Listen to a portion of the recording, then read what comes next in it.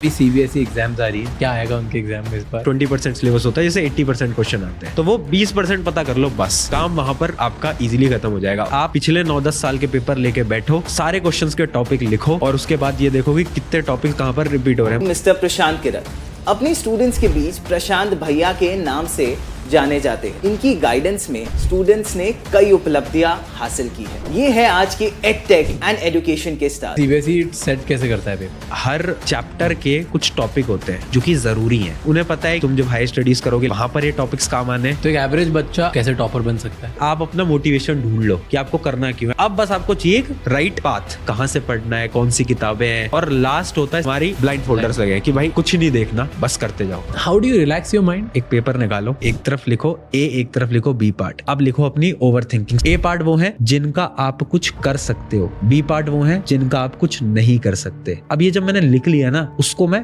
Cut कर देता हूँ। ये मेरी लाइफ की प्रॉब्लम नहीं है, मेरी लाइफ की प्रॉब्लम ये है, और अब उन पे काम करना है मुझे बस। टेल मी एक्सरसाइजेस जिससे मेमोरी शार्प होती है। Try some new things daily. और जब नई चीजें करते हो तभी ब्रेन सीखता है और तभी ब्रेन के पार्ट्स ज्यादा डेवलप होते हैं और उसी से आपकी थिंकिंग स्किल इंक्रीज होती है। लीकर और सीबीएसई कहाँ से टैग पड़ा? क्या मतलब है इस टैग का?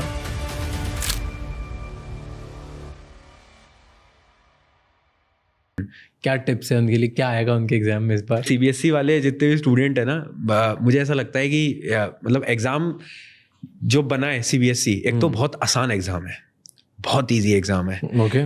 इतनी हाइप बनाई जाती है, but one of the easiest paper होते हैं बोर्ड एग्जाम। 10th के हो चाहे 12th के हो, बहुत आराम से हो सकते हैं। अगर एक स्टूडेंट है जो ज्यादा नहीं पढ़ रहा है ना, उसको या तो तुम एक अपना दोस्त पकड़ लो बहुत अच्छा, जो तुम्हें बता दे, और उससे पूछ लो कि क्या क्या इंपॉर्टेंट है, कैसे क्या आने वाला है। या तो आप अपने टीचर या किसी के थ्रू पूछ लो, क्योंकि अगर आपको ये क्रैक हो गया ना कि ये इंपॉर्टेंट है, ये टॉपिक्स मैं पढ़ सकता हूँ, है ना। वैसे एक ये रूल भी होता है 80-20, हाँ, जिससे मतलब मोस्टली पेपर आपका आ रहा होता है, 20% सिलेबस होता है, जैसे 80% क्वेश्चन आते हैं, तो ये अप्लाई होता है। यहाँ पर तो बहुत होता है, स्ट्रिक्टली अप्लाई होता है। तो वो 20% पता कर लो, बस काम वहां पर आपका इजीली खत्म हो जाएगा। और दूसरी चीज कैसे पता कर सकते हैं? बहुत सिंपल है। जैसा एक तो आपका दोस्त, टीचर, दोनों ही नहीं है, तीसरा काम करो, प्रीवियस ईयर क्वेश्चन उठा लो, जितने उठा सकते हो। सीबीएसई के मान लो फिजिक्स है, फिजिक्स के आप उठा लो पिछले 7 साल के पेपर, बस। बट ऐसा होता है कि स्कूल की जो इंटरनल एग्जाम्स होती है वो टफर होती है देन द सीबीएसई एग्जाम्स? ज्यादा होती है, बहुत टफ होती है। और चेकिंग कितनी टफ होती है स्कूल में, पता नहीं, मुझे तो पता नहीं, मेरे स्कूल में तो टीचर मुझे ऐसा लगता था बदला निकालते थे। प्री बोर्ड के अंदर देखा था आपने कैसा बदला निकालते थे वो। उनका टीचर का होता था कि जितना भी इन्होंने मौज मस्ती करी है, इनका सारा गुस्सा अब देखो, निकालो, अब निकालो। तो प्री बोर्ड के अंदर तो मार्क्स, या मे बी ऐसा लगता है टीचर्स ना जानबूझ के टफ होते हैं ताकि हम थोड़ा डर के पढ़ लें, राइट, और फिर बोर्ड्स में अच्छा कर दें। राइट। मतलब उनकी स्ट्रैटेजी होती है कि ये ऐसे तो नहीं पढ़ेगा, अगर इसको अभी कॉन्फिडेंस भर दिया तो राइट, ये फेल हो उधर, इससे बेटर यहीं फेल हो। वो एक स्ट्रैटेजी होती है। बट मुझे ऐसा लगता है पर्सनल लेवल पे, जब स्टूडेंट्स में बात करता हूँ ना, ये स्ट्रैटेजी वर्क नहीं कर पा रही है। नहीं कर पा रही है, क्योंकि वो बेचारे इतने डिमोटिवेट हो जाते हैं। क्योंकि आप उम्र समझो ना, आजकल वैसे ही इतने उनके जीवन में दुख हैं, और उनको आप एक दुख ये दे रहे हो कि उन्होंने प्रिपरेशन करी थी, तैयारी कर ली। जो नहीं पढ़ रहा है उसके नंबर कितने भी आए उसको वैसे भी फर्क नहीं पड़ रहा है, बट जो पढ़ रहा है और उसके 50% आते हैं, उसके लिए वो ट्रॉमा है, वो नहीं निकल पाता उस ट्रॉमा से बाहर। मैं देखता हूँ स्टूडेंट्स को, क्यों डरे हुए हो? क्योंकि उनके प्री बोर्ड खराब हो गए, प्री बोर्ड के अंदर मार्क्स कम आ गए। तो वो जो अच्छे पढ़ने वाले बच्चे हैं उनके साथ ये स्ट्रैटेजी तो बहुत बेकार जा रही है। ट्रू। पर सीबीएसई सेट कैसे करता है पेपर? कैसे मतलब? प्रोसीजर, क्या प्रोसेस होता है, क्या सेट करता है कि 20% सिलेबस होता है उसमें से 80% नहीं, ऐसा नहीं होता। पता है क्या होता है कि हर चैप्टर के कुछ टॉपिक होते हैं जो कि जरूरी है पढ़ना। कुछ होता है थ्योरेटिकल, बहुत, जिनकी ज्यादा नीड नहीं है।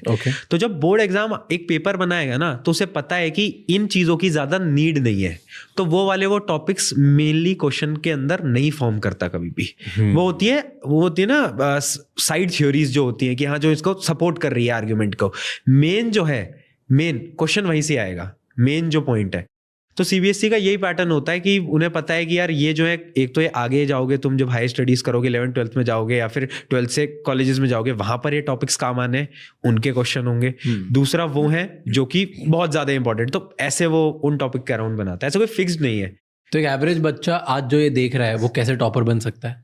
स्टेप्स बताओ मुझे। देखो अगर मैं बेसिक स्टेप्स की बात करूँ ना, तो पहला स्टेप तो यही है जो मतलब जब मुझे पता चला कि मुझे करना है, बट मुझे क्यों करना है, मुझे रीज़न पता चला ना, मुझे लगा कि नहीं यार बहुत हो गया, अब बहुत दुनिया वालों ने जलील कर लिया, अब हमें करना है, तो मेरा एक मोटिवेशन आ गया।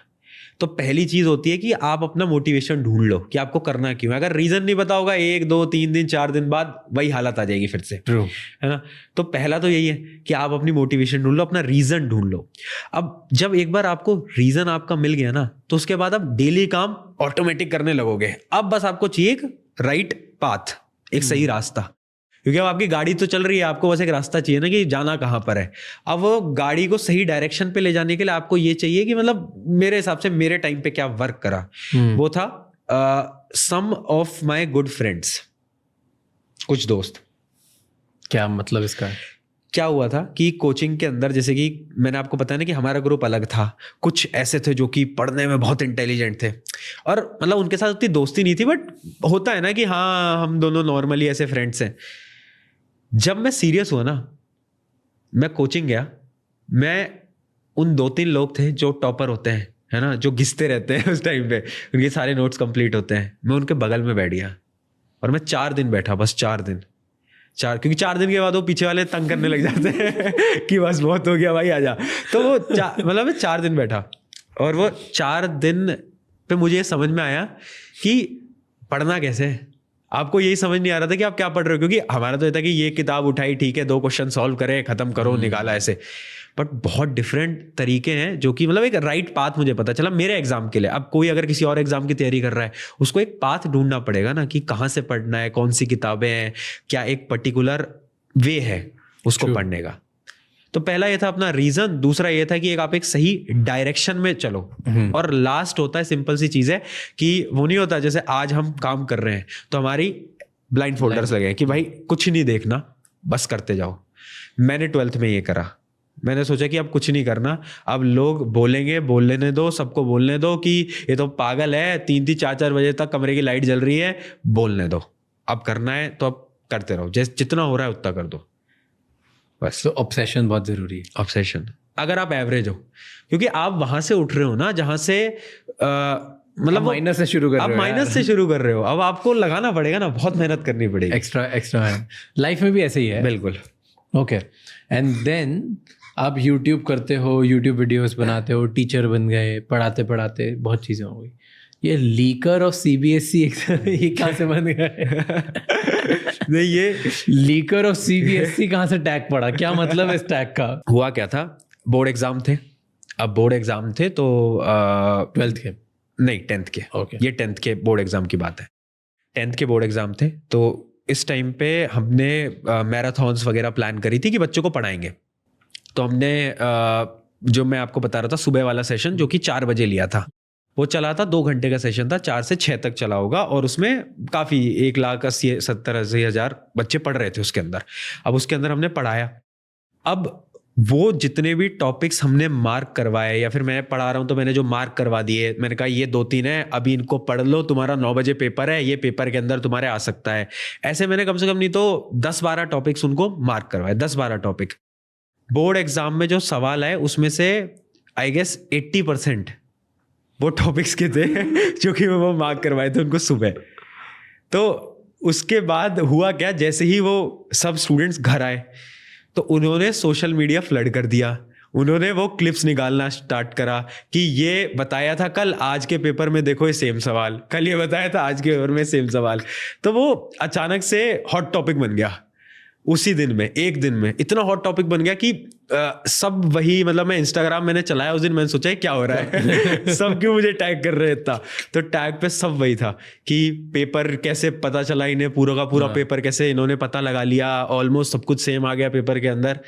तो ये हुआ था, this was the complete story. खुद सरप्राइज हुए थे प्रेडिक्शन देख के कि पता था ऐसा कुछ? नहीं Logic. मतलब आप क्या है ना, आप इतने साल से पढ़ा रहे हो ना, तो आपको एक चीज पता चल जाती है कि इंपॉर्टेंट टॉपिक्स क्या हैं और इंपॉर्टेंट क्वेश्चंस क्या हैं। और जब हम पढ़ाने बैठते हैं ना, तो हम पिछले 7 साल के पेपर हाथ में लेके बैठते हैं, हम उसको देखते हैं कि क्या चीज़ रिपीट हो रही है। तो इतना तो पता था कि 50-60% पेपर तो सेम ही आएगा ही आएगा, उतना हमें आइडिया लग जाता है, बट इतना नहीं पता था कि वो 80-90 प्लस टच कर जाएगा।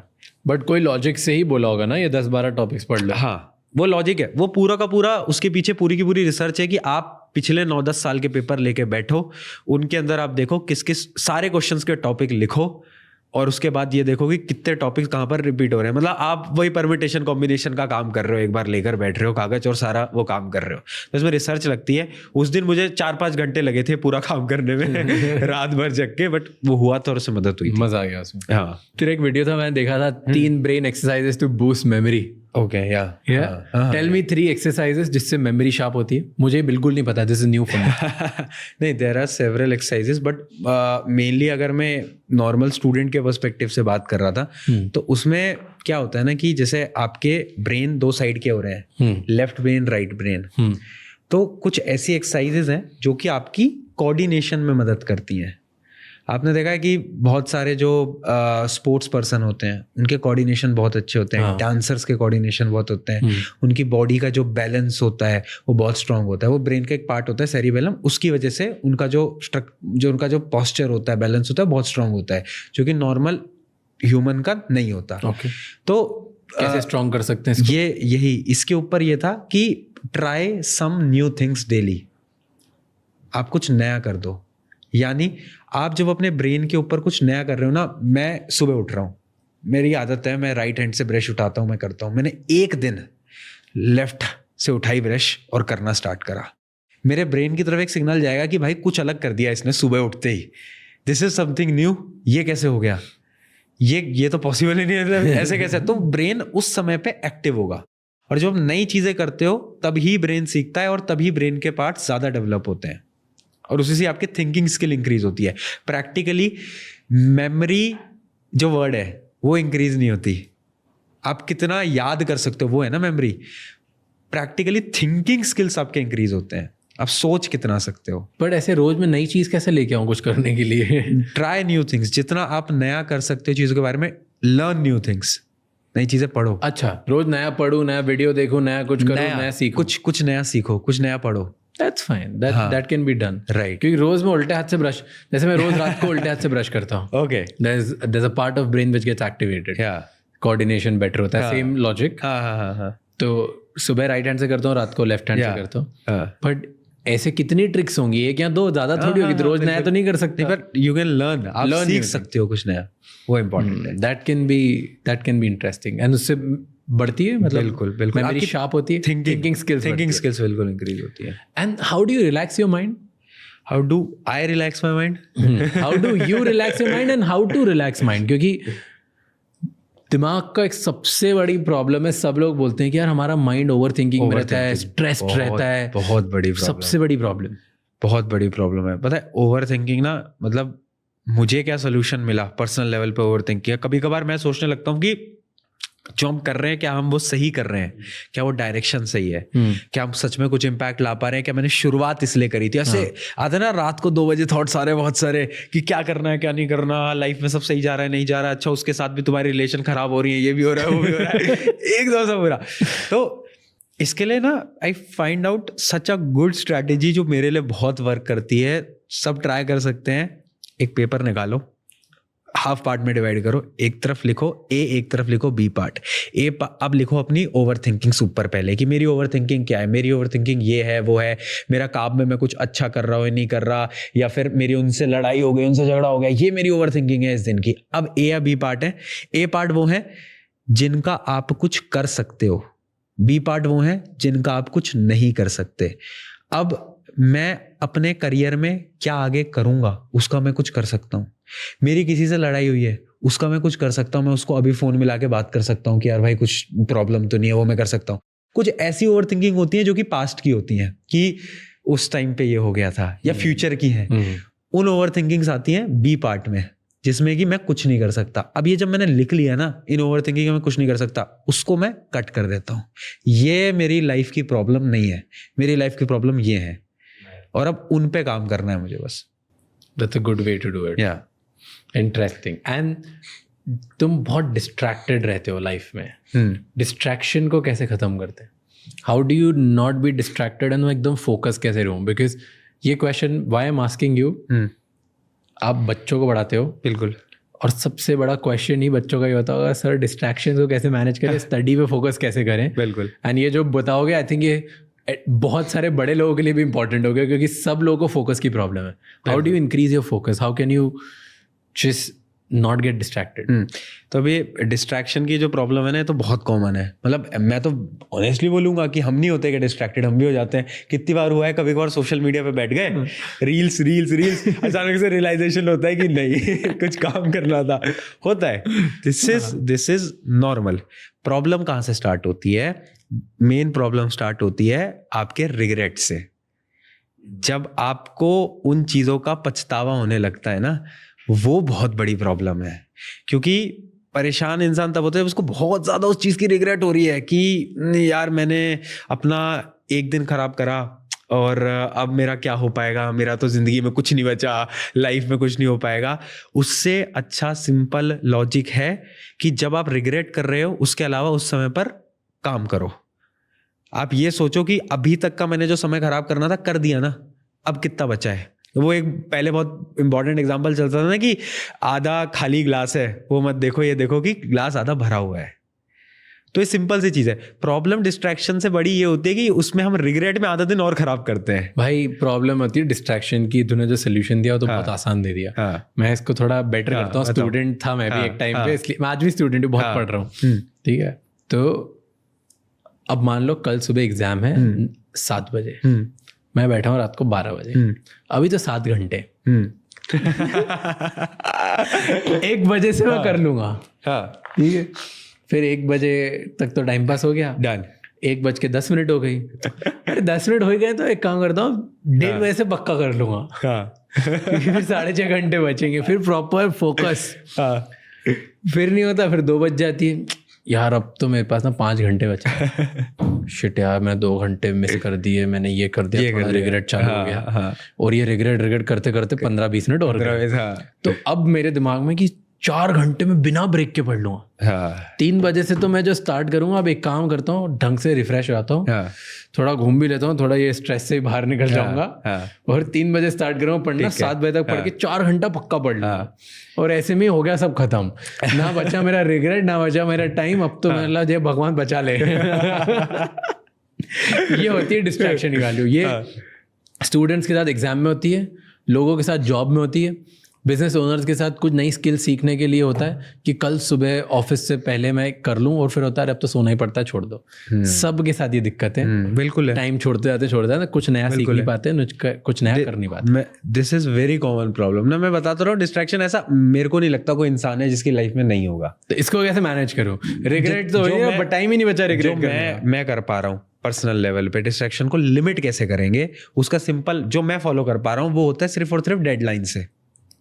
उसके अलावा मेरे को पर्सनल लेवल पे कोई स्टेप नहीं मिलता कि मैं कैसे बेटर कर सकूं। मुझे कोई काम करना है, फिर मुझे कुछ चीज़ सीखनी है, नहीं तो मैं उसके लिए एक डेडलाइन बना के चलता हूं कि आप इतना समय इस चीज़ के लिए आपको देना है, मतलब देना है। So distraction you limit by deadlines.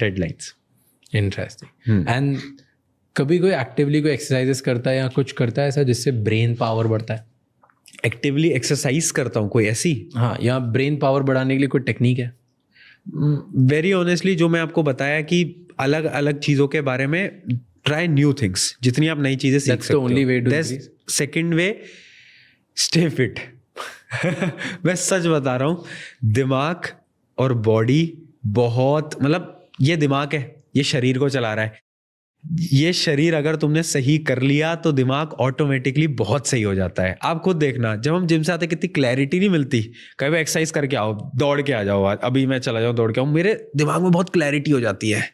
I feel कि हाँ कि ठीक है, अब बहुत अच्छी क्लैरिटी मिल रही है, दिमाग के पास काम करने की मोटिवेशन आ रही है automatically. Fit. That's true. You know, मुझे ऐसा लगता है कि दिमाग और शरीर 2 अलग अलग चीज़ें हैं। ठीक है, तो मान लो एक हाथी है, तो आपका शरीर है एक हाथी और दिमाग है आपका जो हाथी के ऊपर जो भैया बैठे हैं ना, जो चलाते हैं हाथी को, वो। तो अगर आप रोज वो भैया और हाथी जो चलाता है हाथी को, रोज अगर आप ट्रेन करोगे, छोटी छोटी चीज़ों पे बात करोगे और जो वो बोलेंगे वो हाथी मानेगा, धीरे धीरे धीरे आप स्टार्ट कराओगे, तो प्रॉपर चलेगा लाइफ में। जो कमिटमेंट आप सोचोगे वो होता जाएगा। राइट। लेकिन अगर आप ये सोचो कि छोड़ दो, मैं तो बस बैठ जाता हूँ हाथी के ऊपर और फिर चल जाएगी, तो कुछ नहीं होने वाला। वो हाथी एकदम वाइल्ड होगा, इधर उधर भागेगा और आप कुछ नहीं कर पाओगे। आपको लगेगा कि यार मैं तो कंट्रोल करने के लिए बैठा हूँ, मेरा ब्रेन ही है, मेरी बॉडी है, मैं कंट्रोल कर लूंगा, नहीं कंट्रोल होगा। राइट। तो ये माइंड एंड बॉडी को सिंक करने के लिए रोज ट्रेनिंग करनी पड़ती है। इसके पीछे ना एक ऐसी स्टडी भी मैंने कहीं पढ़ी थी कि जो लोग रेगुलरली जिम जाते हैं फिर बॉडी बिल्डिंग में है ना, उनके पास माइंड कंट्रोल बहुत स्ट्रांग होता है, क्योंकि वो काम कर रहे हैं जो कि दिमाग को पसंद नहीं है और वो रेगुलरली कर रहे हैं 5-10 साल से, पुश करते हैं, पुश कर रहे हैं, तो उनके पास एक माइंड कंट्रोल है जो कि नहीं होगा सबके पास। ट्रेन कर रहे हैं ना, दैट्स हाउ। लाइफ में सबसे बड़ा पाप और सबसे बड़ा पुण्य एक ही चीज से आता है, कि तुम खुद के दिमाग से क्या बोलते हो, फिर वो तुम करते हो कि नहीं करते हो। करते हो नहीं करते हो। Right right. तुम अपने कमिटमेंट को अगर नहीं करते हो तो वो सबसे बड़ा पाप है, और तुम अपना कमिटमेंट मान लेते हो तो सबसे बड़ा पुण्य है। राइट। तो तुमने जो कमिट किया है, अगर तुमने वो मान लिया और कर लिया, उससे बड़ा तुम पुण्य खुद के लिए कभी कर ही नहीं सकते। बिकॉज वो एक बार होगा, फिर 2 बार होगा, फिर 3 बार होगा, और तुम पूरे अपनी हर बॉडी हर सेल को ट्रेन कर रहे हो कि भाई जो मैं बोलता हूँ ना वो चलता है। और अगर वैसे रहोगे, तुम वैसे कंट्रोल में रहोगे, तो तुम्हारे आसपास तुम्हारी लाइफ भी बेटर होगी, फाइनेंसेस भी बेटर होंगे, रिलेशनशिप भी बेटर होगी, हेल्थ भी बेटर होगी। और अगर तुमने खुद से किया हुआ वादा, खुद से किया हुआ कमिटमेंट नहीं माना, तो उससे बड़ा कोई पाप ही नहीं है। क्योंकि जब तुम खुद की नहीं सुनते तो तुम जमाने में क्या सुनोगे और क्या करोगे लाइफ में। Exactly. And I loved this saying. Right. बिल्कुल. It's like that. तो अगर the highest level of sin is you not being able to keep up your commitments. मतलब ऐसा भी होता है ना कि जब आपने कुछ सोचा कि आज मैं ये करूँगा, अपने टारगेट्स बनाए और उसको अचीव कर लिया रात तक, तो उस दिन जो नींद आती है वो कितनी सुकून भरी नींद आती है ना। प्यारी बहुत सुकून भरी नींद आती है। और नहीं हो पाते तो ऐसा लग रहा होता है अंदर से कि कहा सही नहीं था आज। जिस दिन अचीवमेंट वाली नींद बहुत अच्छी होती है। Is there any food that you eat? कोई खाना है, कोई ऐसा फूड या सप्लीमेंट है जिससे you improve your health, brain, memory? No supplements. Diet बहुत इंपॉर्टेंट रोल प्ले करता है, और अगर आप किसी एग्जाम की तैयारी कर रहे हो स्पेशली, खाना बहुत ज़रूरी है। एक ऐसा खाना खाना है जिससे कि आपकी बॉडी फिट रहे। वो काम नहीं करना है कि कितने स्टूडेंट ऐसा करते हैं कि रात को सोचेंगे कि अभी थोड़ा सा ब्रेक लेते हैं और फिर पढ़ाई करेंगे, ब्रेक में जाएंगे, किचन में जाएंगे, मैगी बनाएंगे, मैगी खाएंगे। अब जब मैगी आ गई तो अब कुछ देखने के लिए लगाना पड़ेगा कि यूट्यूब कुछ चला ही लेते हैं थोड़ी देर, तो वो पूरा लूप है। ओके, अगर ये कोई स्टूडेंट देख रहा है, अब उसकी हेल्प करते हैं कि उसे बड़ा आदमी बनना है, और सबको आजकल बनना है बड़ा, बिल्कुल, तो वो कैसे बनता है? Do you believe in visualisation? Yes, power of visualisation. बिल्कुल, कि जो किसी को अगर बड़ा आदमी बनना है तो विजुअलाइज करना चाहिए। बिल्कुल करना है। तू करता है विजुअलाइज? यस। क्या करता है? Tell me, how do you visualise? क्या प्रोसेस होती है विजुअलाइजेशन में? सबसे पहले तो आपको ये पता होना चाहिए आपको करना क्या है, गोल क्या है आपका, मेन आपका एम क्या है।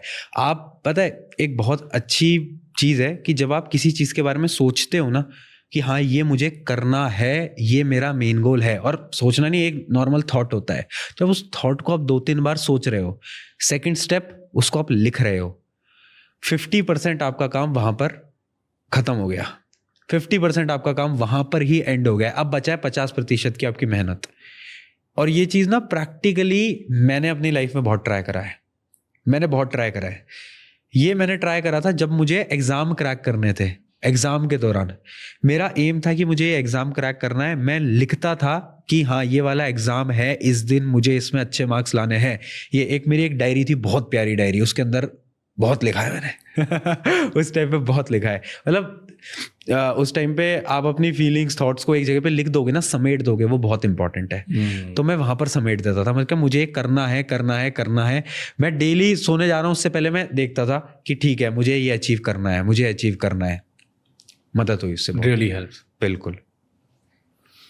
तो कभी ऐसे- लिखता कौन है आप खुद सोचो। मैं लिखता हूँ। वही ना कि बहुत कम लोग लिख रहे हैं। ये एक बहुत बड़ा पॉइंट है जिसको कि पता नहीं लोग मानेंगे नहीं मानेंगे, बट मैं बोलूंगा ट्राई करो, एक बार ट्राई करो, ये इससे मदद होगी। I believe in visualisation a lot, like a lot. मतलब मैं तो पिक्चर, मेरे दिमाग में इमेज आ जाती है, लिखने से भी एक स्टेप और आगे चले जाता हूँ मैं तो। एक तो मैं गोल बिल्कुल लिखता हूँ कि मुझे अगला करना क्या है, या मैं अगले 1 साल 5 साल 10 साल में कहाँ दिखता हूँ, what is the big goal, right. Different stages, different time, different goals. कभी कभार 10 साल के ड्रीम्स होते हैं, कभी कभार 1-2 साल के ड्रीम होते हैं, वो चेंज होते जाता है, राइट। तो that is one. Second is जो मेरा बिजनेस कोच है, he helps me a lot. उसने मुझे एक बहुत बढ़िया क्वेश्चन पूछा और तब से मैं बोल होता हूँ, is like every night before you go to bed, आप सोने से पहले ना एक टाइम बस ये सोचो कि एक इमेज सोच कि तू अल्ट्रा सक्सेसफुल हो गया है और तुझे दुनिया में सब मिल गया जो तुझे चाहिए। वो इमेज क्या आ रही है, क्या है वो इमेज? तो मैंने सोचा मतलब क्या लग रहा है, बन गया है तो जो तेरे को बनना था, ठीक है, जैसा भी मान ले तू टॉप पे पहुंच गया दुनिया में, तू भाग रहा है, रोज काम कर रहा है, कुछ ना कुछ करने के, बड़ा आदमी बनना है या एक लेवल पे पहुंचना है। क्या है वो लेवल? क्या वो इम्पैक्ट है कि तू लाखों लोगों की हेल्प कर रहा है, तेरे को दिख रहा है कि अच्छा तू बीच में खड़ा है, लाखों लोग तेरे लिए चेयर कर रहे हैं, कि तू पढ़ा रहा है, कि बड़ी सी गाड़ियों में घूम रहा है, कि प्राइवेट जेट है, कि बड़ा सा घर बना दिया है, कि मम्मी पापा के साथ फैमिली के साथ बैठ के सिर्फ हंस रहा है, मस्ती कर रहा है। क्या है वो एक इमेज? क्या है कि तेरे लिए अल्ट्रा सक्सेसफुल इमेज क्या है?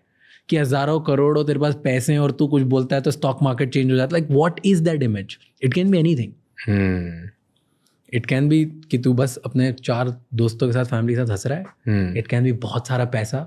इट कैन बी कि तेरा इम्पैक्ट बहुत स्ट्रॉन्ग है। It can be teaching, it whatever. Just think about that image and रोज बस वो सोच के विजुअलाइज करके ही so and see where it guides you.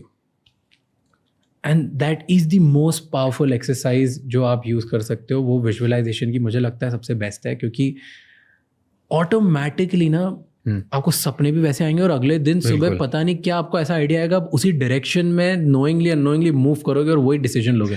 Right. It just works magically. It's अभी हम बात कर रहे हैं मैजिकली, बट इसके ऊपर साइंस ने बहुत एविडेंस भी है। There are lot of things कि कैसे आपका ब्रेन, फिर वो ब्रेन से कैसे आपकी फिजियोलॉजी में आ जाता है, फिजियोलॉजी के बाद कैसे आप एक्ट करने लगते हो, वो एक्शंस कैसे दूसरे लोगों पर ट्रांसफर होते हैं, हर चीज कनेक्टेड है। And there lot of evidence कि इससे बहुत सारी हेल्प होती है। तो मेरे लिए बहुत सही था। तो मैं मेरी राइटिंग को एक लेवल आगे लेके चले गया जब ये होगा। It's powerful, right. You have no idea how powerful it is. And सबसे इम्पोर्टेंट जो एटलीस्ट मेरे लिए हुआ, हम ना सोशल मीडिया की दुनिया में रोज डिस्ट्रैक्टेड रहते हैं। 1000 आइडियाज है, हमको लग रहा है कि 1000 तरीकों से पैसे कमाए जा सकते हैं। हर जगह कुछ ना कुछ दिख रहा है। ओ टीचर बन जाता हूँ, प्रशांत जैसे बढ़िया भाई बहुत पैसे कमाऊँ, राज जैसे पॉडकास्ट बन जाता हूँ पैसे कमाऊँ, कोई दिख रहा है कोई ट्रेडिंग कर रहा है ट्रेडर बन जाता हूँ, ये कर। लाइक रोज तुम्हें लग रहा है कि सब आसान है और बहुत अपॉर्चुनिटीज है, कुछ ना कुछ बनता है, तो यू आर डिस्ट्रैक्टेड। तो इसके से तुमको एक काम नहीं कर पा रहे, रास्ते हैं, बहुत सारे रास्तों के से कुछ भी एक काम ढंग से नहीं कर पा रहे हो। तो जब तुम ये रात को विजुअलाइजेशन एक्सरसाइज करते हो ना, कि तुम सोचते हो तुम्हारी आइडियल इमेज क्या है, ऑटोमेटिकली क्लैरिटी मिलती है कि अच्छा इन सारे ऑप्शंस में से ना ये वाला ऑप्शन है जो मेरे को मेरी इमेज के पास है। Right. And that helps a lot. काफी सही, वेरी वेरी स्ट्रॉन्ग। तो चलो, अब आपने पहले तो गोल बना दिया, फिर विजुअलाइज कर लिया, लिख दिया, लिख दिया मैंने, ठीक है कि ये मेरा ड्रीम है, ये मेरा गोल है, मुझे इसको अब अचीव करना है किसी भी हालत में, है ना। अब उसके बाद अगला आ जाता है कि जैसा मैंने आपको बताया कि सेम एक उसका रास्ता ढूंढ लो किसी भी हालत में। Find the way to achieve that. आपका एक गोल है 1 साल में मुझे अचीव करना है। मैं क्या करता हूँ पर्सनली, मुझे ऐसा लगता है कि मुझे ये 1 साल में अचीव करना है। मैं ये लिखता हूं कि ये 1 साल में ये कैसे अचीव हो सकता है, इसके स्टेप्स क्या हो सकते हैं। मान लो हम एक YouTube की बात कर रहे हैं, YouTube की दुनिया में एक ड्रीम ले लिया कि ठीक है यार 10 मिलियन सब्सक्राइबर करना है 1 साल, कैसे करना है, क्या स्टेप है। अपलोडिंग कंटेंट कंसिस्टेंटली, लिख दिया। कैसे होगा कंसिस्टेंटली अपलोड, ये काम ये ऐसे ऐसे ऐसे, एक फ्लो बना दिया।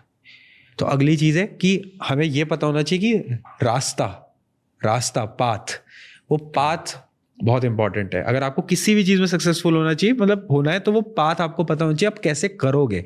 नहीं पता तो ढूंढो। सब कुछ है ना, हमें क्या बनना है उसको तो हम YouTube से तो सब कुछ ढूंढ सकते हैं आजकल। जब मेरा जैसा इंसान जिसको डिजाइनिंग की जीरो नॉलेज है वो थंबनेल पहले बना सकता है तो तुम कुछ भी कर सकते हो फॉर श्योर।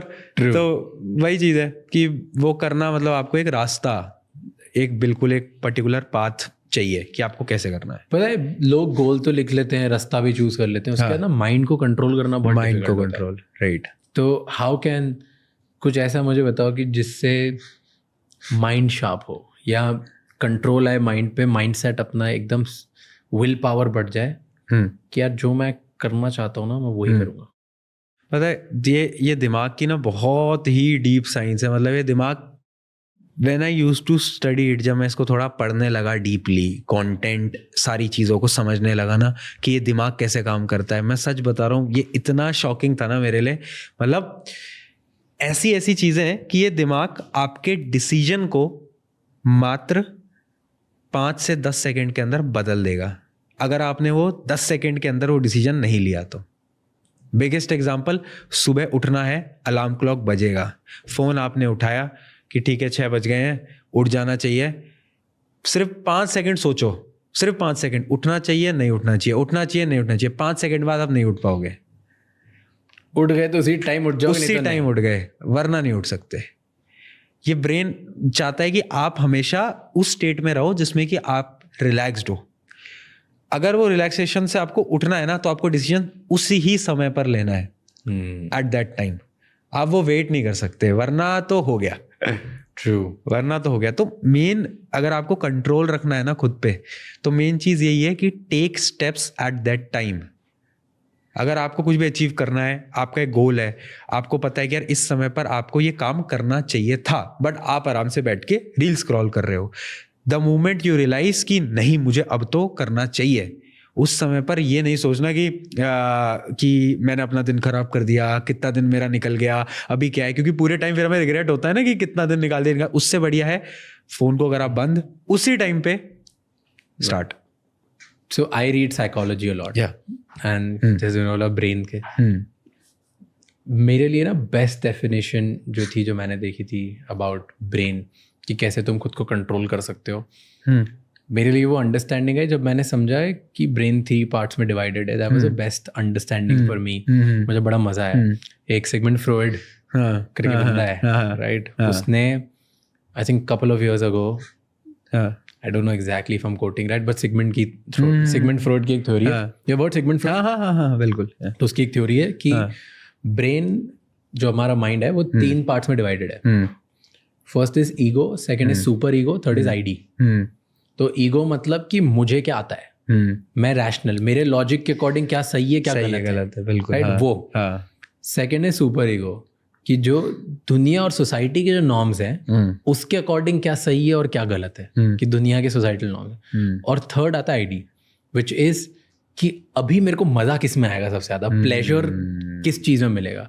ब्रेन आपका ना इन तीनों चीज के बीच में कॉन्स्टेंटली बस फाइट कर रहा है, राइट, कि मेरे लिए क्या सही है क्या गलत है, सोसाइटी में क्या सही है क्या गलत है, आज मेरे को मजा किस चीज में मजा है। तो द आइडिया इज कि अगर आपको खुद की लाइफ चेंज करनी है और कंट्रोल पाना और कुछ बहुत बड़ा करना है ना, तो जो अपना खुद का रैशनल लॉजिक है ना, जो आपको सही और गलत पता है, उसको इतना स्ट्रॉन्ग कर लो कि आपको बाकी सोसाइटीज के सही और गलत से फर्क ना पड़े और ना आपको इमीडिएट प्लेजर की तरफ भागना पड़े, राइट। नहीं तो क्या होता है, अगर आपने उसको स्ट्रॉन्ग नहीं किया, जो आपके लिए सही और गलत है, आपने उसको स्ट्रॉन्ग नहीं किया, आप सोचते हो दुनिया के लिए क्या सही गलत है, आप थोड़ा वो करने लगते हो कि संसार दुनिया के अकॉर्डिंग तो ये सही है, ये सही है, फिर बीच में आप थक जाते हो, आपको बेकार लगने लग जाता है, और फिर इंस्टेंटली आप चाहते हो प्लेजर मिल जाए, कुछ मिल जाए, और उसके लिए खराब कर देते हो, और फिर वो इंस्टेंट प्लेजर के लूप में फंसते आप झूठ बोलना स्टार्ट कर देते हो कि दुनिया के सामने तो मैं ये हूँ, लेकिन अकेले में ना मेरे को क्या थोड़ा ये करना चाहिए। क्लासिक एग्जाम्पल पढ़ने बचपन में स्टार्ट हो जाता है ये, कि दुनिया को लगता है अगर ज्यादा देर तक पढ़ोगे ना तो अब अच्छे हो, तो बच्चे पढ़े तो रहेंगे, बच्चे पढ़ रहे हैं बट वो पढ़ नहीं रहे, वहां बैठ के फोन यूज कर रहे हैं या कोई टाइम पास कर रहे हैं। तो प्लेजर इज फोन एंड बाकी सोसाइटल नॉर्म से आई एम लुकिंग गुड, क्योंकि उनका सही और गलत ना उसकी सोचने की एबिलिटी स्ट्रांग ही नहीं हुई, डैमेज हो गई। बिल्कुल। और ये बड़े होके भी होता है कि मैं दुनिया के सामने बताता हूँ मेरी जॉब वॉब तो so great and nice in this, रोज सुबह जाके आपको परेशानी होती है और लगता है क्या कर रहा हूँ यार, मैं आगे ही नहीं बढ़ पा रहा हूँ, ग्रोथ ही नहीं हो पा रही, कुछ नहीं हो पा रहा है। लेकिन फसाड दिखाने के लिए आप एकदम बढ़िया चल रही है जिंदगी वैसे दिखाते हो, और फिर घर जाने से पहले वहीं बार में बैठ के 4 पैक लगाते हो और पी के जाते हो घर पे कि चल यार कम से कम आज रात के दुख तो खत्म हो गए, पियो और घर जाओ। Right. So I love this theory कि यार खुद का जो रैशनल थिंकिंग है उसको स्ट्रॉन्ग करते जाओ, खुद के एक्सपीरियंस और लॉजिक को, तो बाकी चीज़ों से फर्क नहीं पड़ेगा। And that was the best learning I had. Exactly. Tell me your dream. मतलब ऐसे ड्रीम नहीं है, बट मुझे ऐसा लगता है कि मुझे ये जो लाइन एजुकेशन की इसके अंदर काम करना है और बहुत अच्छे लेवल पे करना है। और मतलब अगर मैं बताऊं कि जो मैं सोच रहा हूँ, मतलब हम जो चीज़ें प्लान आउट भी कर रहे हैं, हम बहुत सारी चाह रहे हैं कि एजुकेशन को ऐसा सिंपलीफाई कर देना with the help of technology कि वो एक नेक्स्ट लेवल हो जाए इंडिया के अंदर। हम वो चाह रहे हैं इंडिया के अंदर एकदम हम नेक्स्ट लेवल एजुकेशन सिस्टम बना दे जिसके अंदर की टेक्नोलॉजी इंटीग्रेट हो जाए। हम ये सोच रहे हैं। बट कितने बड़े लेवल पे?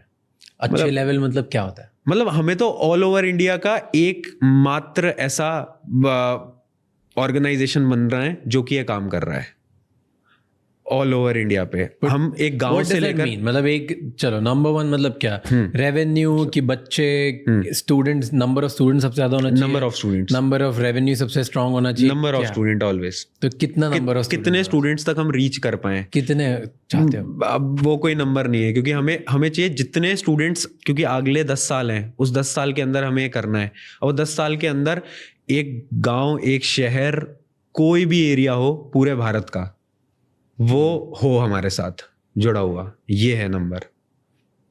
तो हाँ। बट ओके, तो व्हाट्स योर बिजनेस मॉडल? मतलब क्या है? मतलब एक तो यूट्यूब पे पढ़ाते हो, बस वही है? एक यूट्यूब पे हम पढ़ा रहे हैं, उसके अलावा जो हमारा ऑर्गेनाइजेशन है नेक्स्ट टॉपर नाम से, उसके अंदर हम जो कोर्सेज हैं वो होते हैं हमारे लाइव।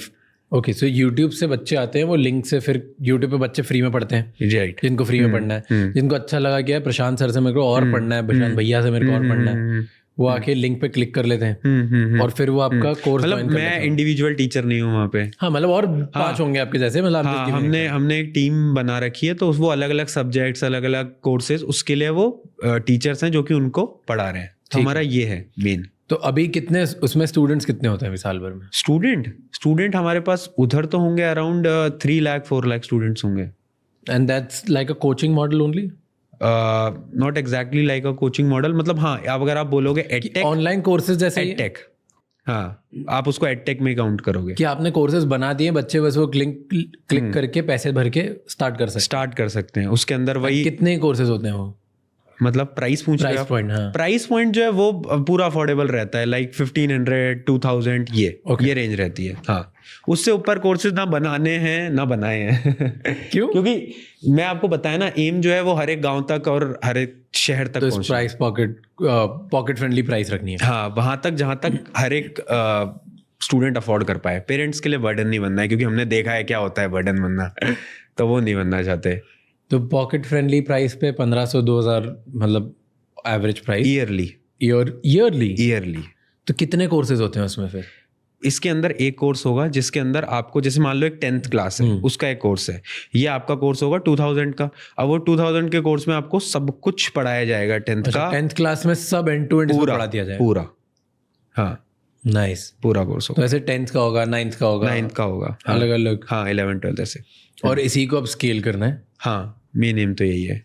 मतलब मैं अभी भी हम ये फिगर आउट कर रहे हैं ना, मतलब मुझे ऐसा लगता है वेरी ऑनेस्टली, प्रॉब्लम क्या है ना, ऑनलाइन के अंदर एक बच्चा पढ़ रहा है, हम ये नहीं पता लगा पाते कि एक जो स्टूडेंट है उसके वीक एरियाज क्या हैं, क्योंकि आपसे बहुत सारे स्टूडेंट पढ़ रहे हैं। आप कैसे एक से बात करके पता लगा पाओगे कि आपके वीक एरियाज क्या हैं, आपके स्ट्रॉन्ग पॉइंट्स क्या हैं?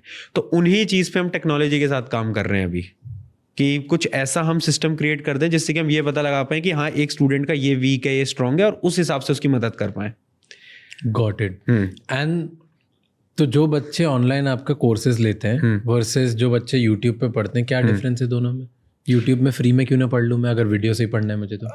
नहीं, यूट्यूब पे तो पूरा चलता ही है, उसके ऊपर हमने कोर्सेज, बल्कि हम यूट्यूब पे पूरे कोर्सेज पढ़ाते हैं, पूरे कोर्सेज पढ़ा रखे हैं यूट्यूब पे। ऐसा कुछ भी नहीं होगा जो यूट्यूब पे नहीं होगा। जो ऐप होता है ना, ऐप इसलिए होता है सिर्फ और सिर्फ ताकि आपको एक लाइव टाइम टेबल के अकॉर्डिंग सारे सब्जेक्ट्स एक जगह पर, जिसके अंदर आपके नोट्स, फिर उसके बाद टेस्ट वगैरह भी वो सब होते हैं, ऑनलाइन टेस्ट, वो सब मिल पाए। ओके, तो ये सब आप करते थे, अब स्टूडेंट्स को पढ़ा रहे हो, हाँ, आगे बढ़ गई कि जिंदगी, मस्त वायरल हो गए। उसके बाद एक पॉइंट आया जहां पर आपको एजुकेशन प्लेटफॉर्म्स बुलाने लग गए। बिल्कुल। Why didn't you go there? 15-20 crore रुपए देने लग गए आपको। बिल्कुल ऑफर हुए?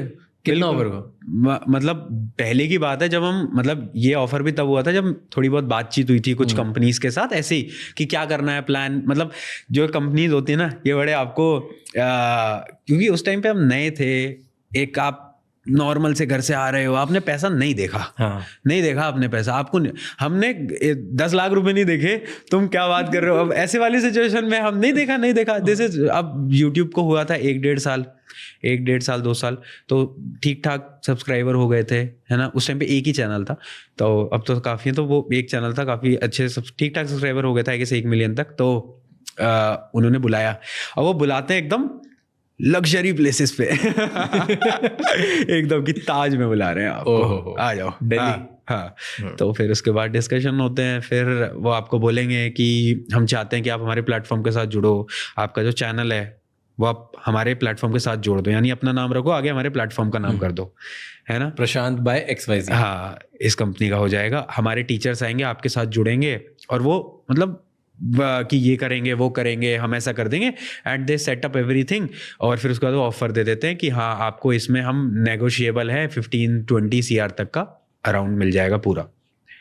पर कितने सालों में? जो आपका मतलब ये चैनल एक्वायरिंग कॉस्ट होती है, हाँ, वो चैनल आपका एक्वायर कर रहे हैं एक तरीके से। अब आप एडुकेटर हो गए उनके अंदर, अब वो चैनल आपका नहीं है। तो पर तो भी कितने साल तक काम करना पड़ेगा क्या? अब वो चैनल उनका हो गया है। हाँ, तो कभी छोड़ सकते हो चैनल की? नहीं, अब नहीं छोड़ सकते आप। अब वो चैनल उनका हो गया, वो हमेशा उन्हीं का ही रहेगा जिंदगी भर। हाँ, वो चैनल उनका रहेगा। आप इंडिविजुअली 2 साल बाद आपको क्या करना है क्या नहीं करना वो आपकी इच्छा है। वो चैनल जैसे प्रशांत बाय XYZ हो गया, हाँ, और ये आपको 15-20 करोड़ रुपए मिल गए। हाँ, एक शॉट में तो देंगे नहीं, वो तो डिस्ट्रीब्यूशन, वो में इतना डिस्कशन हुआ ही नहीं। अच्छा, उतना डिस्कशन उस लेवल तक ही उस लेवल तक नहीं पहुंचे। तो पर यूजुअल मोटा मोटी डील क्या होती है कि ये आप हमारे साथ 2 साल तक काम करो, उसके बाद आपको जाना है तो जाओ, नहीं तो आपको हर महीने सैलरी हम जो देंगे वो सैलरी देते हैं। हाँ, सैलरी हम मिलती है, आपको दे सैलरी। देंगे। हाँ, और सैलरी कितनी होती है लगभग? मतलब मैं आपको सही बताऊं ना, एडटेक के अंदर मोस्ट गिवन सैलरी भी 1 CR है मंथली।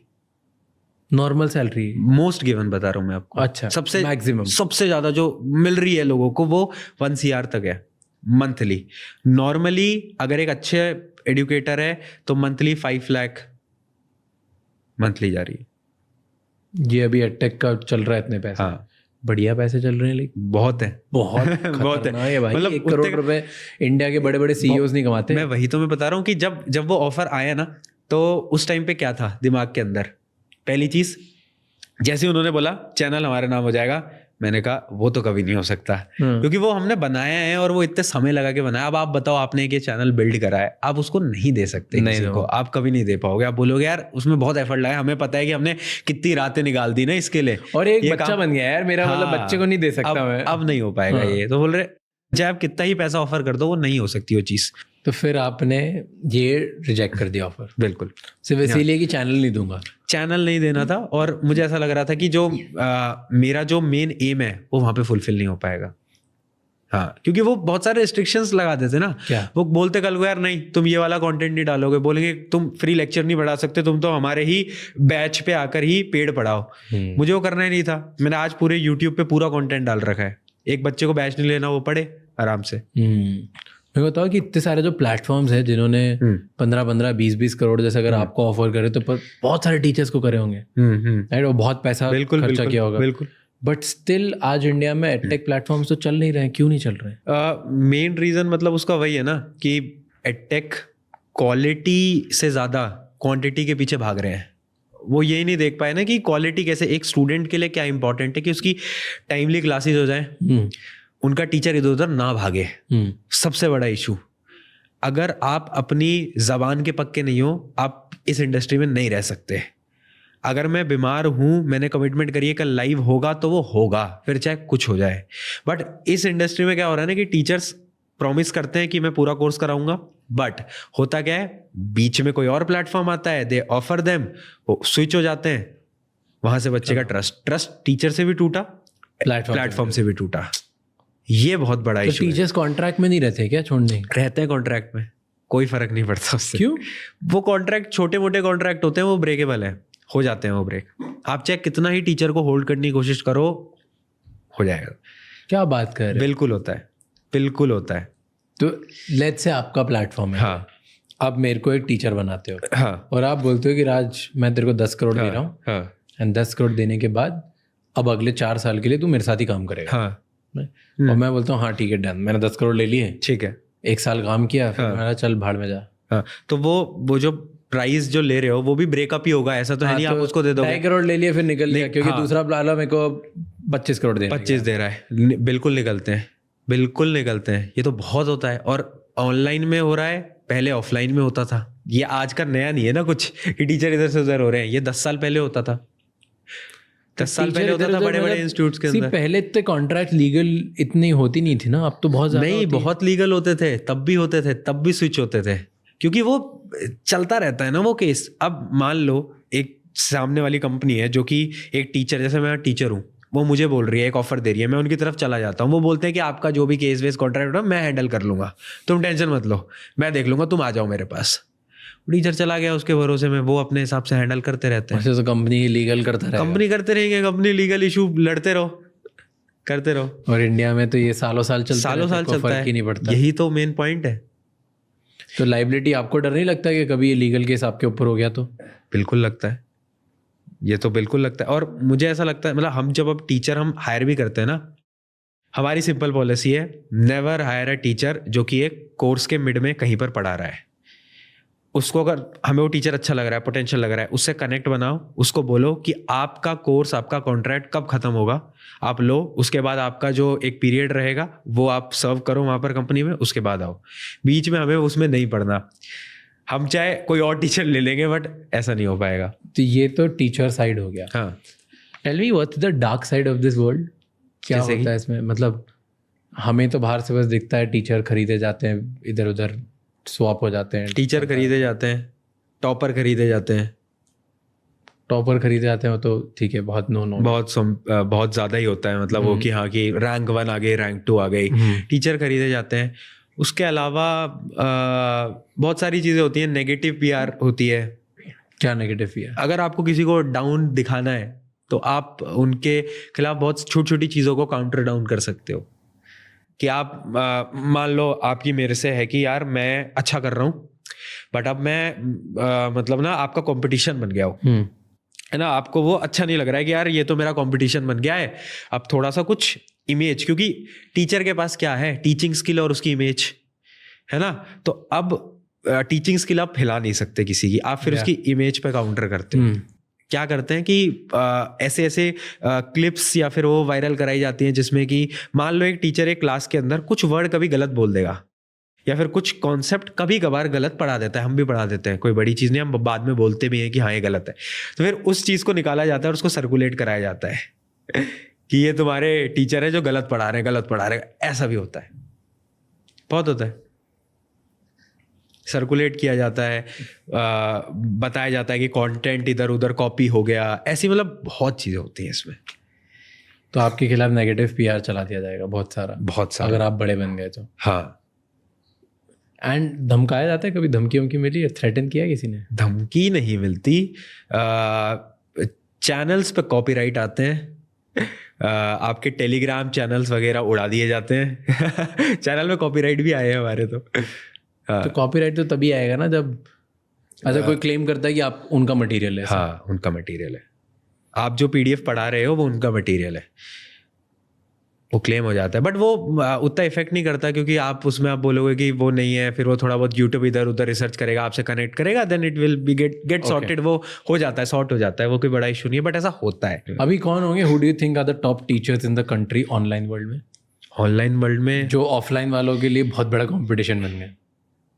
ऑफलाइन के लिए कंपटीशन बन गए हैं, तो PW है फिजिक्स वाला अलग सर, जो कि ऑलरेडी मतलब वो उनका ऑफलाइन भी आ गया ना अब तो पर ऑनलाइन में भी है, ऑफलाइन के साथ बट ऑनलाइन से स्टार्ट किया, सो ऑनलाइन से स्टार्ट करा। हाँ ठीक है, फिर ठीक है। विकास देवी कीर्ति सर भी हैं, वो भी also very very big। हाँ मतलब UPSC में तो पूरा का पूरा उन्हीं का ही है।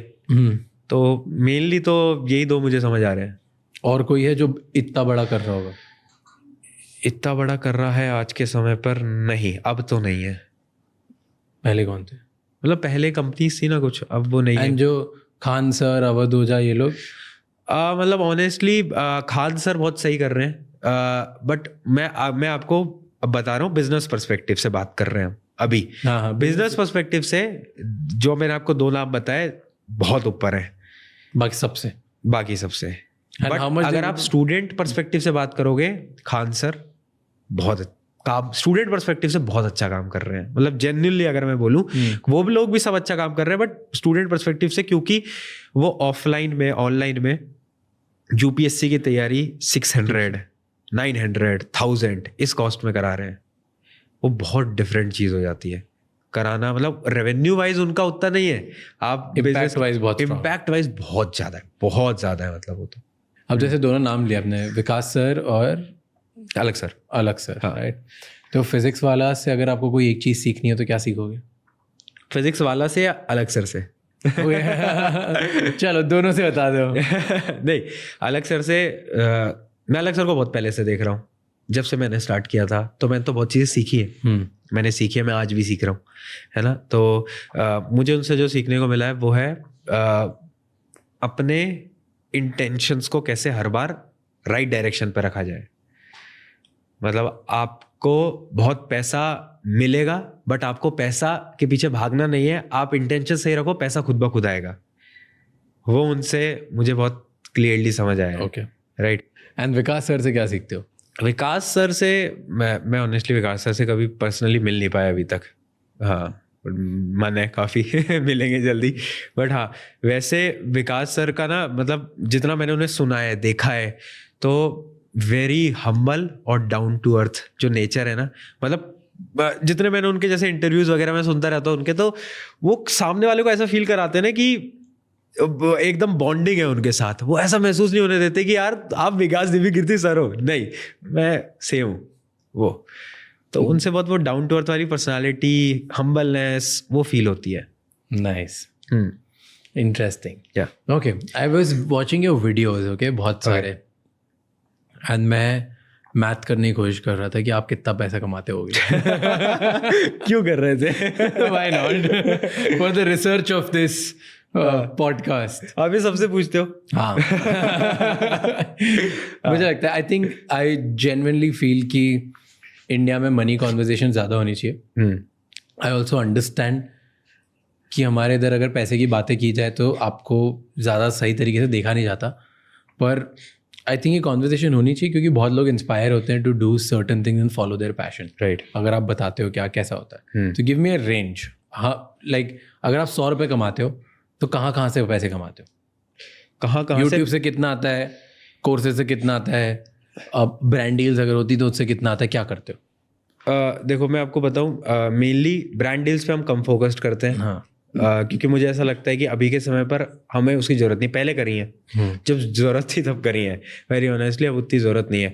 यूट्यूब से बहुत अच्छा खासा रेवेन्यू आता है। अगर आप बोलो कि 100 रुपये ना, तो उसमें से आई गेस 20-30% से भी ज़्यादा यूट्यूब से आता है। क्योंकि हमारा एक चैनल नहीं है, अराउंड 5 या 6 चैनल्स हैं, और लेक्चर्स जाते हैं। लेक्चर्स जो होते हैं AVD बड़ा होता है, average view duration, and then या तो उसमें एड्स चलती बीच में। उसमें ऐड चलती हैं। अगर 1-2 घंटे का लेक्चर है तो उसमें हम सेट करते हैं 4 या 5 ऐड रखते हैं। ज़्यादा नहीं रखते हैं क्योंकि 2 घंटे परेशान हो जाएंगे, पढ़ने आ रहा है वो लेक्चर। और ये चीज़ ना मैंने खुद ने ये डिसीजन लिया था एक बार टीम के साथ बैठ के कि ना ऐड ना थोड़े इसमें लेक्चर में कम कर दो। क्योंकि क्या है ना, जब मैं कॉलेज के टाइम पे किसी के लेक्चर देखना चाह रहा था, पढ़ना था, एग्जाम का टाइम आ गया और उस टाइम पे ऐड मैं परेशान हो गया। मैंने कहा नहीं यार। यूट्यूब ना यहीं पे ऐड लगाएगा इस वाले वीडियो में। नहीं तो वो था, तो वो क्या होता है, आप पढ़ाई कर रहे हो, लास्ट मोमेंट स्टडी है ना, लास्ट मोमेंट स्टडी पे थोड़ा सा इशू होता है, तो वो जरूरी था। तो एड तो बहुत लंबे लेक्चर्स हैं, तो इसलिए 20-30% से भी ज्यादा आते हैं। ठीक है, that is one. What next is only education, बाकी books you sell books as well? हाँ, किताबें लिख चुके हैं हम ऑलरेडी। तो उनसे कितना आता होगा? 10%, 5%? किताबों से काफ़ी अच्छा आता है, क्योंकि एक बुक नहीं है, 10th की है, 9th की है, साइंस की है, डिफरेंट बुक्स हैं हमारी, सब्जेक्ट वाइज बुक्स हैं हमारी, जो कि मैंने लिख रखी हैं, तो उन बुक्स से आता है। तो ASP क्या एवरेज सेलिंग प्राइस? एक किताब की होगी 299, 300। ओके, 300 350 रहता है mainly. So that would be 10-20%, वो भी होता होगा? उससे भी ज़्यादा होता है, 30%।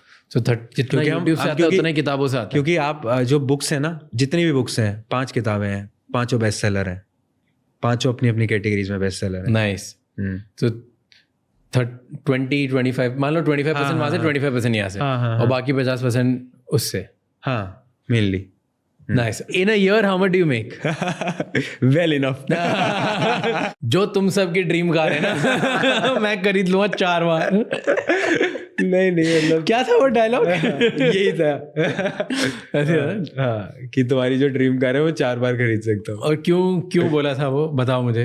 वो क्या था कि स्टूडेंट्स थे, लाइव क्लास चल रही थी, चैट के अंदर वो लिख रहे थे कि पढ़ाई से क्या होता है, हम तो ये करेंगे, हम तो ट्रेडिंग कर लेंगे, पढ़ाई से कुछ नहीं होता, आप इतनी मेहनत से क्यों पढ़ा रहे हो, टीचर कितना ही कमा लेंगे।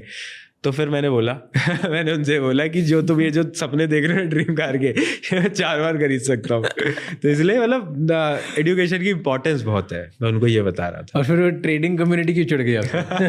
वो बहुत कंट्रोवर्सी हुई है। ट्रेडिंग कम्युनिटी फिर आई और उन्होंने अपना ही पर्सपेक्टिव लगा दिया कि ट्रेडिंग वाले तो इतना कमाते हैं, ये करते हैं, तुम टीचर हो, तुम ऐसा क्यों बोल रहे हो, ये सब वो सब। कितने ट्रेडर्स कमाते हैं इंडिया में? बहुत कम। हाँ, मतलब अगर बोल रहे हैं तो लेट्स बिल्ड अ डिबेट ना, उनमें कुछ तो होता होगा लॉजिक। ट्रेडर्स मतलब वेरी ऑनेस्टली ना, बहुत कम ही ट्रेडर्स हैं जो कि प्रॉफिट भी बना पा रहे हैं, ये भी एक रियलिटी है। मोदन, सो इंडिया का one of the biggest platform is Zerodha, right? और उनके को फाउंडर नितिन, एंड नितिन ये पब्लिकली बोल चुके हैं कि based on the data of their platform, जहाँ पे इतने लोग ट्रेड करते हैं, इतना करते हैं, मोर देन 90% लोग कभी ट्रेडिंग में पैसा नहीं बना पाते। 90%, मोर देन 90%। इनफैक्ट उनका नंबर तो और ज़्यादा था, I think 94-95, but I am just making, मुझे एग्जैक्ट 4-5-6 क्या था वो नहीं पता, तो इसलिए मैं 90% एंड अबव बोल रहा हूँ। ये तो फिर तो दिस इज वेरी शॉकिंग, और फिर तो सबको पता होना चाहिए। That's the problem. Okay, then उसके बाद एक दूसरा डेटा था इंडिया का, मार्केट्स का, जो गवर्नमेंट डेटा था, विच वाज कि मेजॉरिटी लोग जो ट्रेडिंग में आए वो न्यूबीज हैं, जो 2 years एंड लेस वाले लोग हैं, उनमें ऑलमोस्ट 98% एंड अबव लोगों ने लॉस बनाया है। ओके, ठीक है। तो जो नए आ रहे हैं वही लॉस खा रहे हैं। वो तो लॉस खा ही रहे हैं, ऑलमोस्ट 98। अरे तो जिंदगी भर जिन्होंने किया वो 90 अबव है, तो क्या ये ठीक है।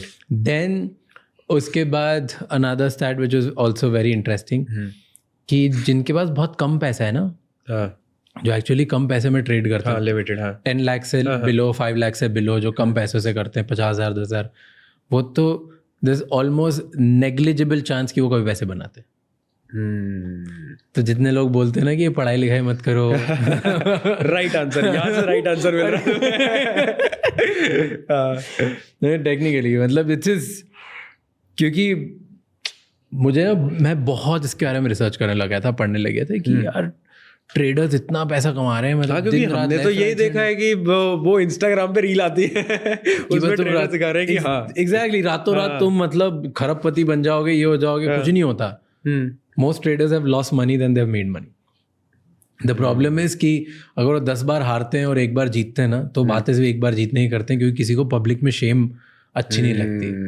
मतलब वो अपने प्रॉफिट शो करते हैं, लॉसेस को दिखाई नहीं शेयर नहीं करते। And by the way another stat, by all the edtech platforms in the country जो आपको टूल्स देते हैं ना कोर्सेज बनाने के, राइट, वो सब ये बताएंगे कि जितने यूट्यूब पे और वर्ल्ड वाइड जहां पर भी जितने ट्रेडर्स हैं, वो जितना ट्रेडिंग में पैसा नहीं कमाते ना, उससे ज्यादा ट्रेडिंग के बारे में पढ़ा के पैसा कमाते हैं। इसलिए it's in their actually in their favour and for their advantage कि वो बेचें कोर्सेज, तो जितने मतलब- कोर्सेज बेचते हैं उससे Okay. पैसे कमाएंगे और उससे बहुत करोड़पति बन गए तो हैं। ये तो बहुत बड़ा स्कैम नहीं चल रहा कि वो ये सिखा रहे हैं कि ट्रेडिंग कैसे करनी है, उसका वो पैसा चार्ज कर रहे हैं और उनको खुद पता है पैसे- कि ट्रेडिंग से खुद ब खुद लॉसेस वो खुद हाँ। खा रहे हैं। Yeah, that's there.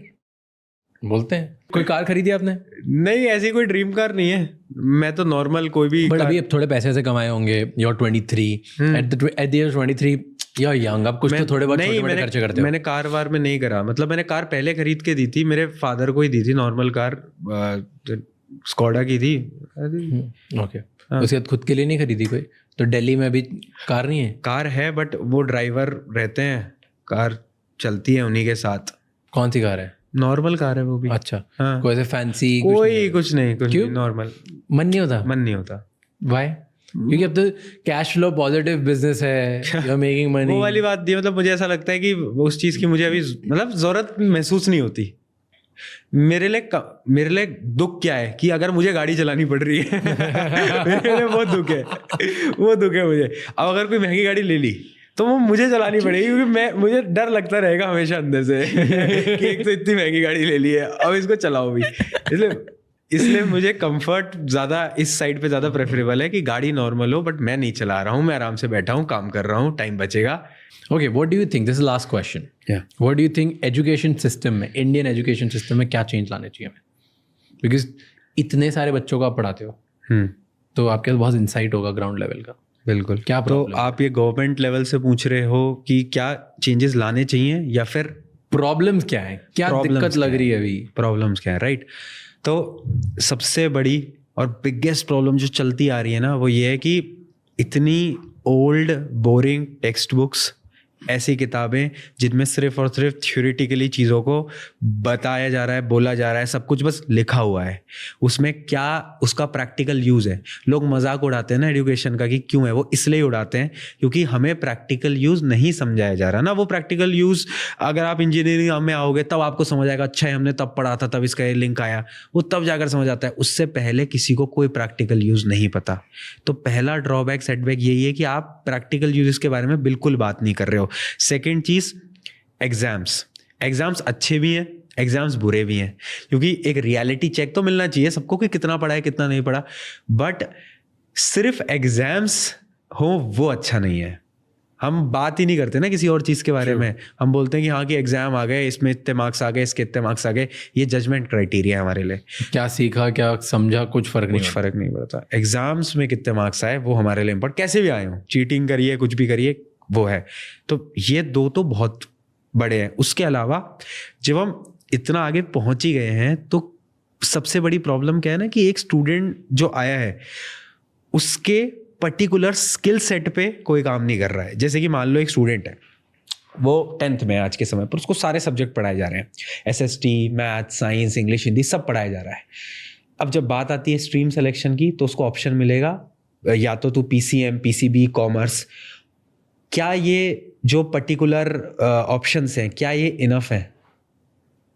इसके अलावा भी बहुत सारे ऑप्शन है। और इवन शॉकिंगली हमारे जो CBSE का जो सर्कुलर है जिसमें सब्जेक्ट्स होते हैं उसमें इनके 10 टाइम्स ज़्यादा सब्जेक्ट हैं, 10 टाइम्स। बट वो दिखाते ही नहीं स्कूल वाले। रोबोटिक्स एक सब्जेक्ट है CBSE के अंदर, पर स्कूल में अवेलेबल नहीं है। क्यों नहीं है? टीचर्स नहीं है, स्कूल वाले नहीं लाते क्योंकि उसमें स्टूडेंट्स भी कम होते हैं। सारा गेम वो रेवेन्यू तो प्रॉफिट वाला आ option जाता देता है ही नहीं। हाँ, वो ऑप्शन ही नहीं देता। तो सब्जेक्ट भी बनाए हैं बट एग्जीक्यूट नहीं हो पा रहा है वो सब्जेक्ट। किसी का इंटरेस्ट है तो वो उसको वहां पर जाए बट वो जा नहीं सकता। तो आर यू चेंजिंग दिस? हम क्या कर रहे हैं पर्टिकुलरली कि एक वीक स्टूडेंट को, एटलीस्ट वीक स्टूडेंट हो नॉर्मल स्टूडेंट कोई भी हो, उसको ये तो पता चल जाए कि उसका इंटरेस्ट क्या है। हम उसमें मदद करा रहे हैं उसकी अभी। हम कुछ, और मैं आपको वैसे this is the thing that we are making, वो थोड़ा सा है अभी, कुछ टाइम पे लाएंगे भी, उसको लॉन्च भी करेंगे। We are making something with the help of Google. हम गूगल के साथ कुछ मिलके बना रहे हैं इसके अंदर ना, हमारी टेक टीम गूगल के साथ मिलके कुछ ऐसी पर्टिकुलर टेक्नोलॉजी बिल्ड करने की कोशिश कर रही है जिसमें कि हम, एक स्टूडेंट हमारे प्लेटफॉर्म पे आ रहा है, हम उसका पहले तो ये पता चल जाए कि यार वो कितने समय तक बैठा है, कितना उसका वॉच था, कौन सा लेक्चर उसने कितने घंटे, एक पूरी डेटा आ जाए हमारे पास। उस डेटा के डिपेंडेंसी से और उसके जो टेस्ट एनालिसिस से ये पता चल जाए उसका क्या चीज स्ट्रांग है, क्या वीक है, उसका इंटरेस्ट कहाँ है, नाइस। किस चीज को ज्यादा पढ़ रहा है, वो उसका इंटरेस्ट है।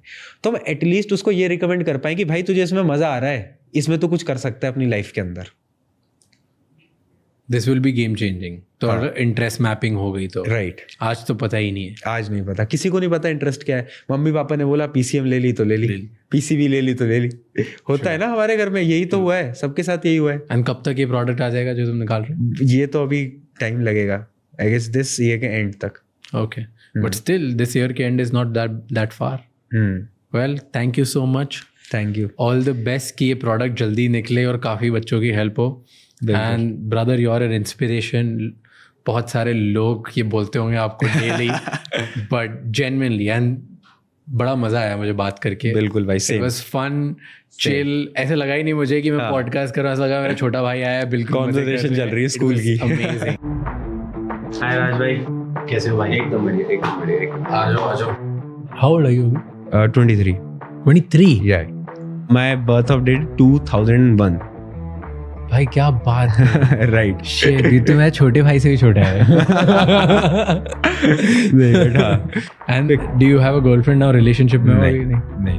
तो इन अब नहीं, बिकॉज नाउ तो you are successful, young, famous, इतना सारे मत बोलो, गोल्स कर लिए, इंटेलिजेंट, बहुत सारे टिक करते हो ना वहाँ। ऐसा कुछ नहीं होता। थैंक यू सो मच ये एपिसोड एंड तक देखने के लिए। आपको पता है कि आपको 3